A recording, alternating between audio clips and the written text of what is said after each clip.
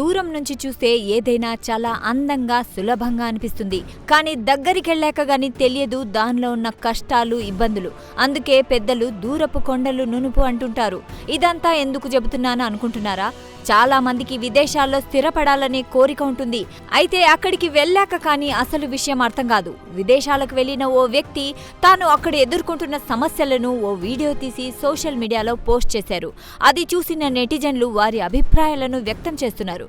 ఇంతకీ ఆ వ్యక్తి ఎక్కడికి వెళ్ళాడు, అతను ఎదుర్కొంటున్న సమస్య ఏంటో చూద్దాం.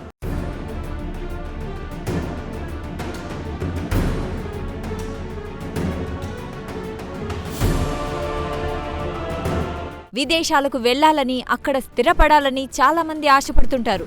కానీ ఆ అవకాశం అందరికీ ఉండదు. కొందరు విదేశాల్లో స్థిరపడడం గొప్పగా ఫీల్ అవుతుంటే మరికొందరు అక్కడ ఉండలేక మళ్లీ స్వదేశీ బాట పడుతుంటారు. అయితే అందరిలాగే విదేశాల్లో స్థిరపడాలనే కోరికతో దేవ్ విజయ్ వర్గీయ అనే సాఫ్ట్వేర్ ఉద్యోగి స్వీడన్ వెళ్లారు. ఆ క్రమంలో తనకు ఎదురైన అనుభవాలను సోషల్ మీడియా వేదికగా పంచుకున్నారు. విదేశాల్లో స్థిరపడాలనే కోరికతో ఇక్కడికి వచ్చానని, వచ్చాక కానీ ఇక్కడ కష్టాల గురించి తెలిసి రాలేదన్నారు. కుటుంబానికి దూరంగా ఉండడం నా బాధ అని, పైగా ఇక్కడ జీవన వ్యయం చాలా ఎక్కువగా ఉంటుందన్నారు. జీవితంలో 30-50% పన్నుల రూపంలో ప్రభుత్వమే తీసుకుంటుందంటున్నారు. మిగిలిన దాంట్లో ఇంటి అద్దె, నిత్యావసరాలకే చాలా ఖర్చవుతుందని తెలిపారు.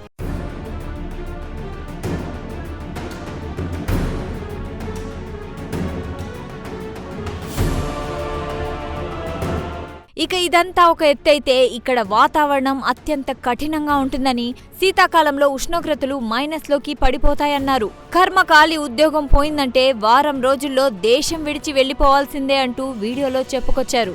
ఈ వీడియోను సోషల్ మీడియాలో పోస్ట్ చేయగా అది చూసిన నెటిజన్లు అంత కష్టంగా ఉన్నప్పుడు అక్కడ ఉండడం ఎందుకు అంటూ ప్రశ్నిస్తున్నారు. మరికొందరు ఉద్యోగం కోల్పోయిన వారం రోజుల్లోనే దేశం విడిచిపెట్టాల్సిన అవసరం లేదని, కనీసం 3 నెలలు అక్కడే ఉండే అవకాశం ఉందని కామెంట్స్ చేశారు. పర్మనెంట్ రెసిడెంట్ అయితే దేశం విడిచిపెట్టే అవసరమే ఉండదని మరొక యూజర్ కామెంట్ పెట్టారు.